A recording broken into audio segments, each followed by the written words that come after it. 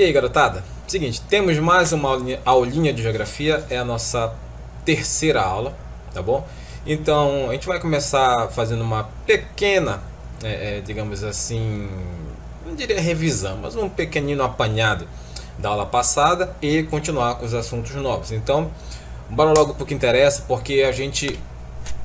Oi? Produção? Eu não entendi. Não brinca. A gente tem vinheta! Ah, moleque! Tá bom então, beleza. Valeu. A gente tem vinheta agora. Tá pensando que me respeita? Então, após essa vinheta, a gente vai estar de volta para dar continuidade nos nossos assuntos, beleza? Então, beijinhos e até daqui a pouco.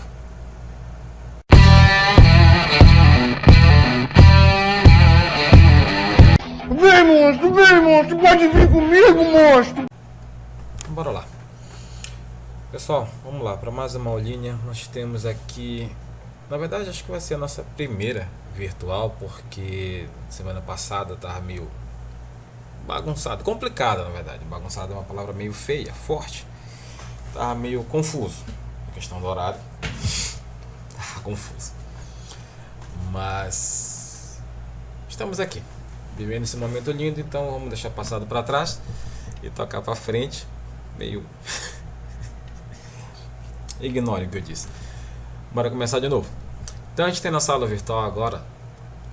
A gente vai começar pela unidade 1, obviamente. Nosso assunto é esses aqui, ó, que nós vamos ver para essa primeira avaliação em algum momento de abril ou março ou maio, não sei. 2021 tá tão maluco que nem 2020. Em todo caso, quando acontecer a primeira avaliação, e ela vai acontecer,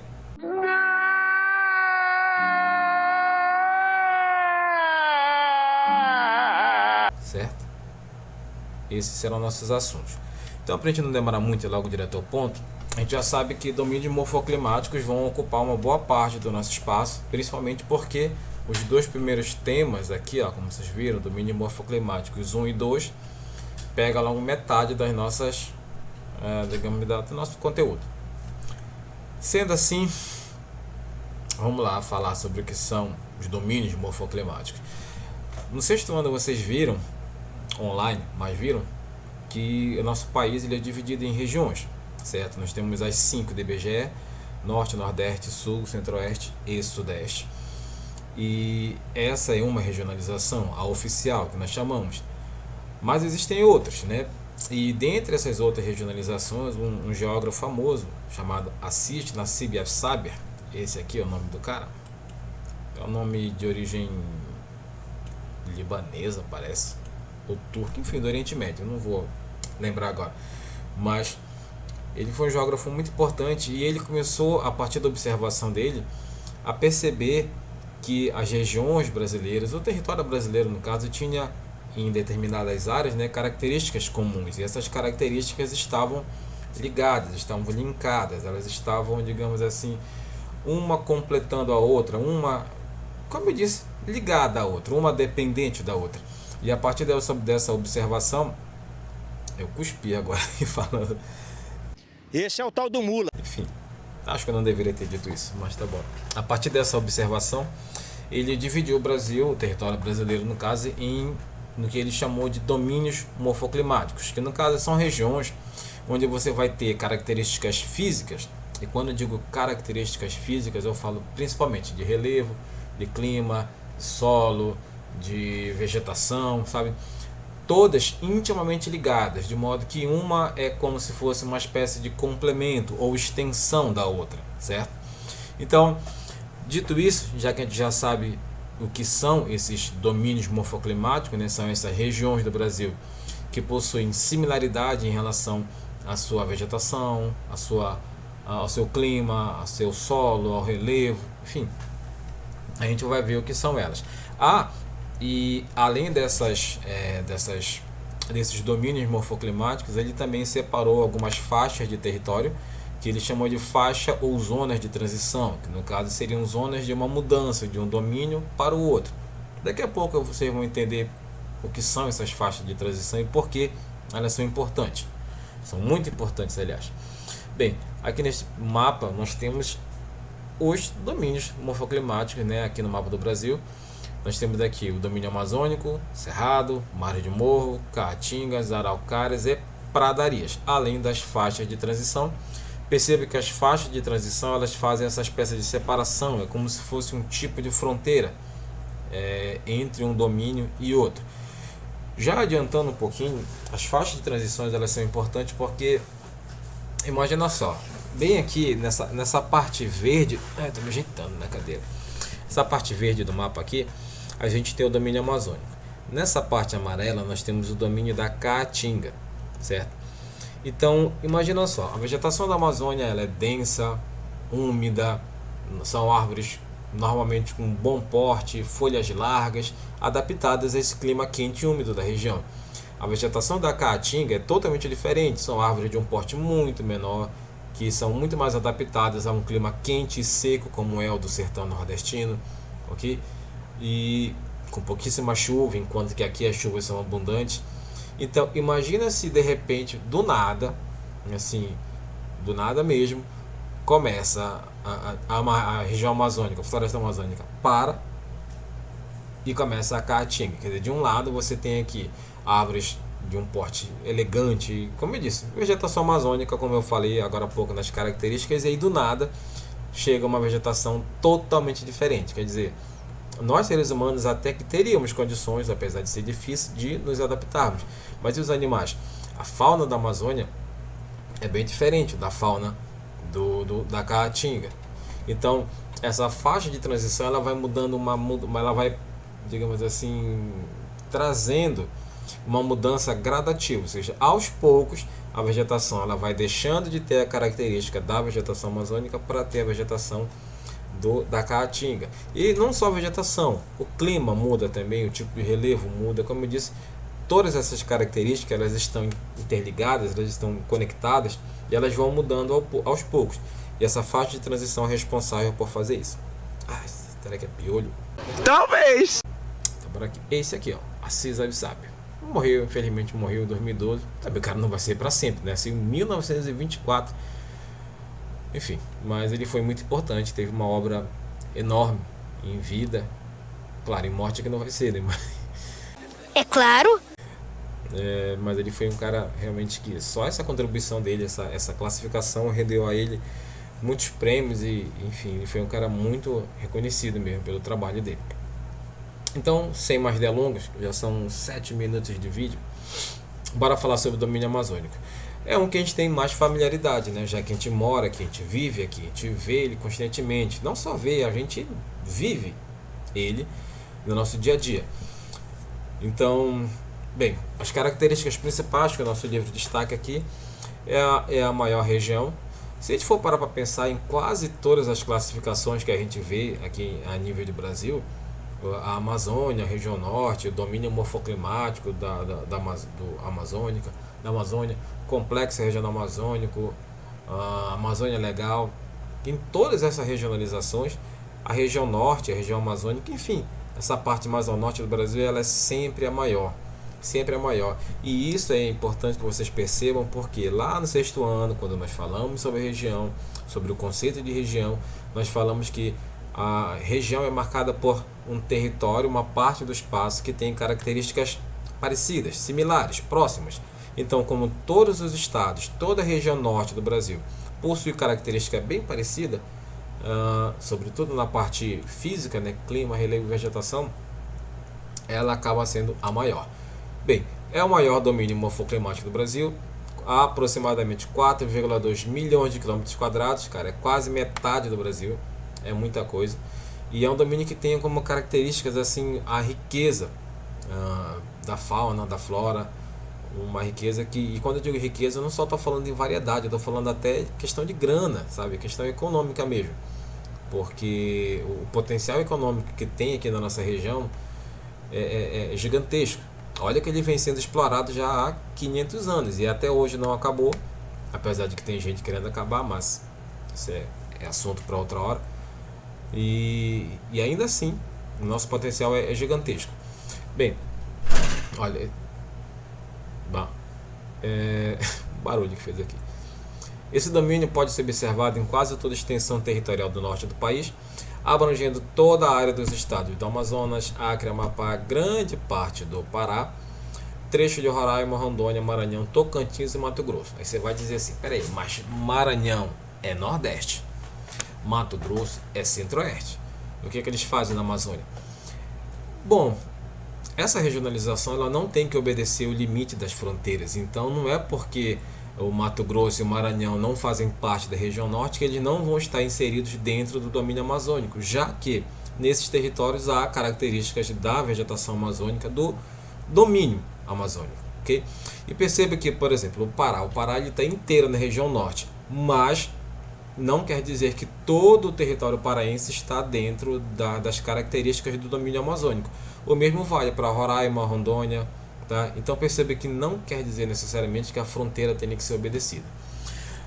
Aqui algumas imagens bem bonitas, as corredeiras do Parque Nacional de Jaú, no Amazonas, Floresta Amazônica em Manaus, ali próximo ao Rio Negro. Lugares bem bonitos que eu vou visitar um dia e lembrar de vocês quando eu estiver por lá. Você.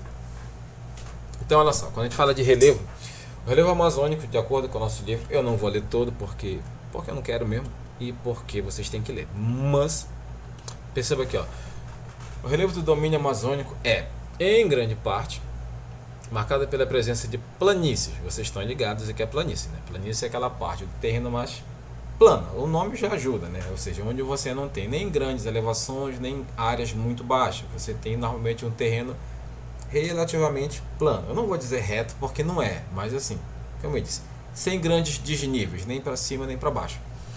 E terras baixas, ou seja, aquelas terras que normalmente nessas épocas de chuva, elas costumam alagar, ficam uma certa parte do ano alagadas. Limitando-se ao norte com o Planalto das Guianas e o Planalto Central Brasileiro. Nos planaltos predominam os escudos cristalinos, que apresentam grande riqueza mineral. Bom, se a planície é uma parte do terreno que ela é relativamente plana, entre aspas, quase reta, né?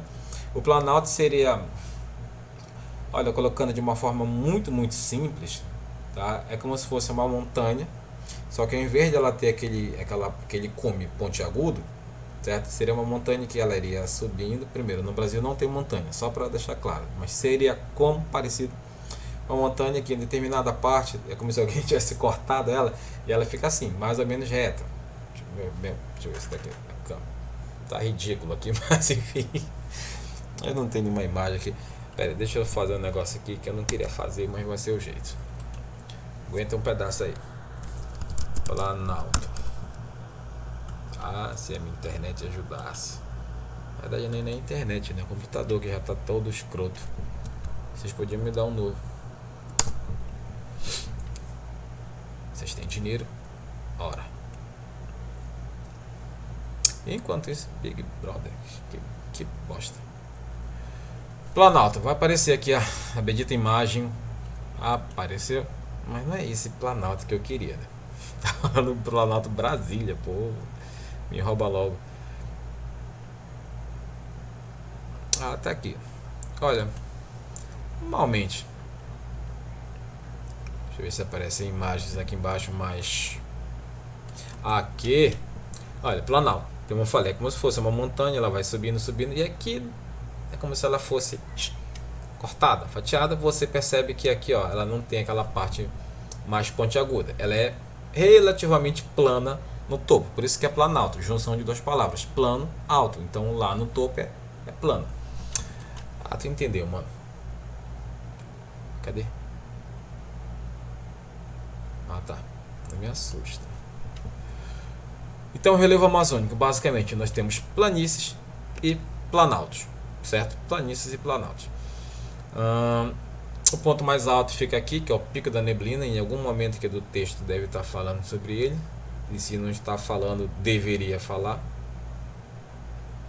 Mas nós temos aqui um mapazinho, perceba, Planalto das Guianas bem aqui, e quase toda a região norte, quase toda a região amazônica está dentro das planícies e terras baixas amazônicas, com exceção dessa região aqui do centro para o sul do Pará, que nós temos o Planalto Central, tá? Então é uma região que é cercada por planaltos, olha, Planalto das Guianas, Planalto do Maranhão, Piauí, Planalto Central e, digamos, no meio desses planaltos todos nós temos as planícies e terras baixas. Então, porque não tem como eu rabiscar aqui, acho que amanhã na sala de aula talvez eu faça um negócio e aí eu tire a foto e você vai entender. Mas é como se fosse assim. Você tem Planalto aqui, ó, Planalto dos Goianos aqui, Planalto do Maranhão, Piauí. Eu teria que ter uma terceira mão. Planalto aqui também. Forma como se fosse uma espécie de xícara, de concho, sei lá, uma bacia. Até por isso que é bacia hidrográfica, né? Onde as chuvas que escorrem, elas normalmente vão para onde? A gravidade puxa para baixo. E isso explica por que essa região aqui, ó, é de terras baixas e, como eu disse, inundada. Na sala de aula você vai entender. O solo amazônico é pobre. Você vai dizer, mas como é que pode ser pobre? É a maior floresta do mundo, é a floresta que tem a maior área de vegetação do mundo e é pobre? Sim, é um solo pobre, é um solo ácido, é um solo que para a vegetação não é exatamente bom, não é muito propício. O que explica então essa quantidade absurda de vegetação que a gente tem é porque a quantidade de vida lá é gigantesca e tudo que é vivo fatalmente uma hora vai morrer, e ao morrer eles ficam jogados no solo, seja animais, seja galhos mortos, seja árvores mortas, enfim, elas vão se decompondo e ao se decompor elas começam a liberar substâncias, por assim dizer, que vão ajudar o solo a ser nutrido e por conseguinte vão acabar nutrindo essa vegetação que a gente tem, ok? Então basicamente o solo da Amazônia ele é, entre aspas, adubado pela própria Amazônia, ok? O clima, nosso clima, como eu disse, é quente e úmido, ou seja, a quantidade de umidade aqui é gigantesca, é muito grande. Nós temos e para quem não sabe ou para quem não lembra, umidade é a quantidade de água que nós temos disponíveis aqui, ó, no ar que a gente respira.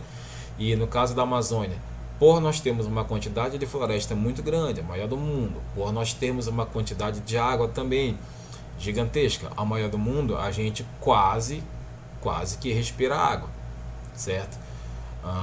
Isso infelizmente não impede a nossa floresta de pegar fogo, ao contrário do que aquele imbecil disse. Eu não devia ter dito isso, mas enfim. A Amazônia não pega fogo porque ela é úmida, tá ok? Jesus, santa ignorância. Mas enfim, quem pegou a referência pegou.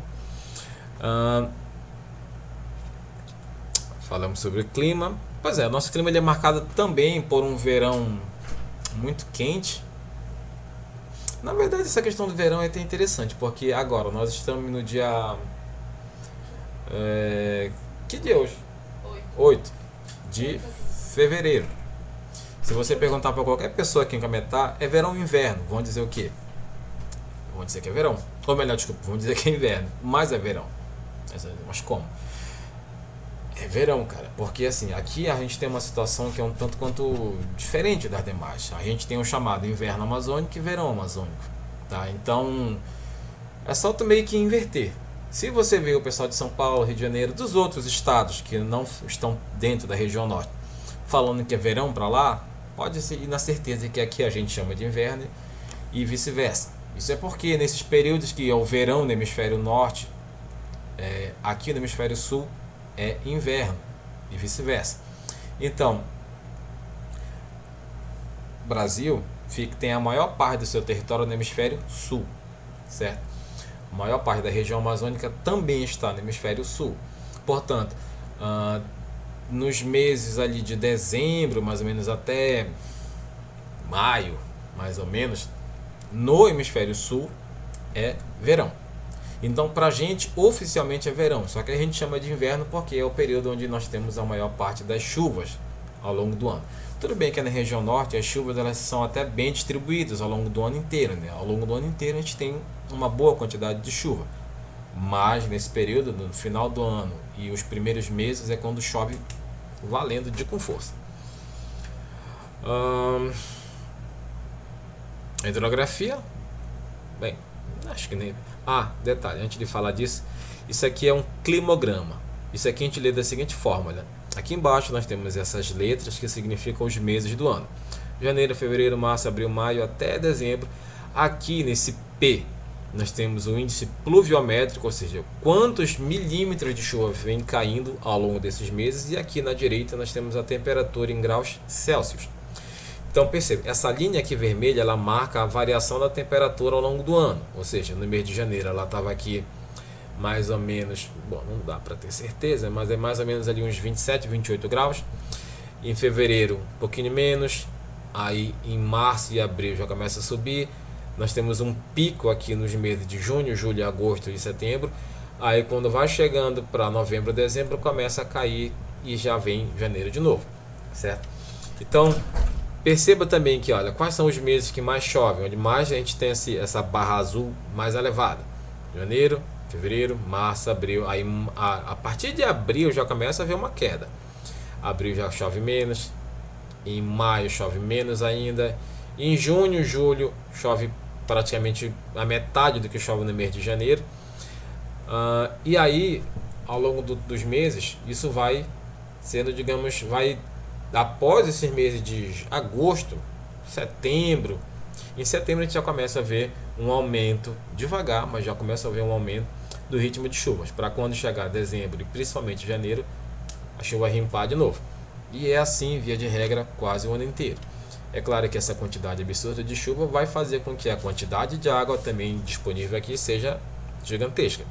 Na verdade, se você lembra daquele lance do ciclo da água, muita chuva faz com que tenha muita água nos rios e nos lagos.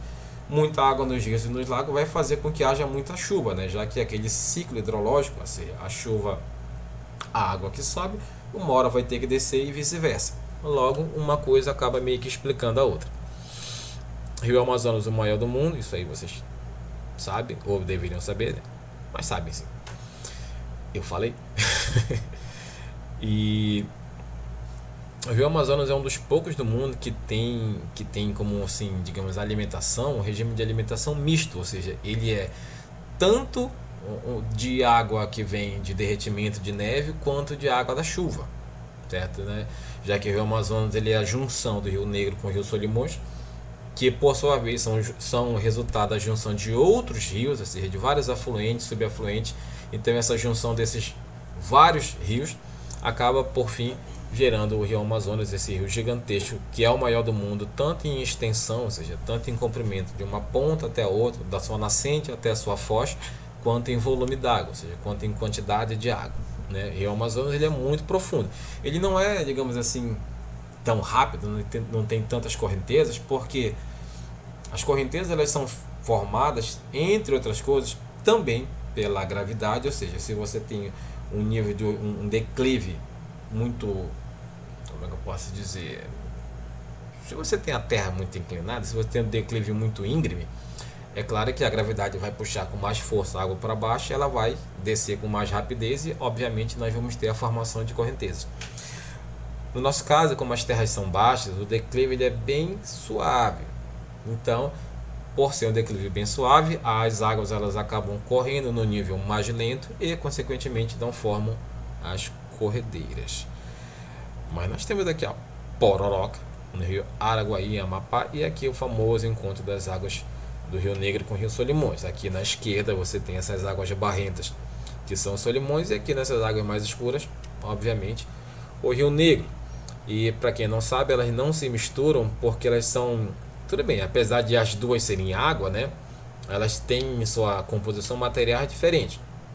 Elas têm materiais diferentes, elas têm temperaturas diferentes, elas correm em velocidades diferentes. Então, isso tudo somado faz com que as águas, digamos assim, não se misturem. Elas se encontram, mas uma não digamos, ultrapassa o espaço da outra. E a Pororoca ela é formada, tudo bem, que a explicação que eu vou dar agora é bem simples, seria mais, ela exigiria mais explicação, hoje mais pelo nosso tempo, que já está ficando um pouco extenso. A Pororoca ela é formada pelo encontro das águas do mar com as águas do rio. E, bom, como elas também são de temperatura diferente, são de densidade diferente, tem em sua composição também componentes diferentes, acaba fazendo com que essa onda ininterrupta seja formada e acaba sendo um espetáculo bem bonito. Só para constar, a Pororoca ela não é uma coisa única daqui da região norte, ela acontece também em algumas áreas da Ásia, certo? Mas a nossa é melhor.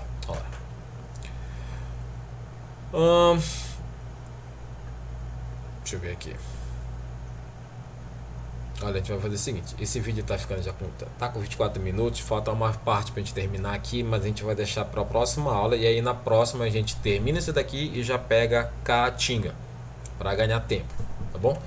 Acabou levando mais tempo do que eu queria, mas tá bom, não tem problema não.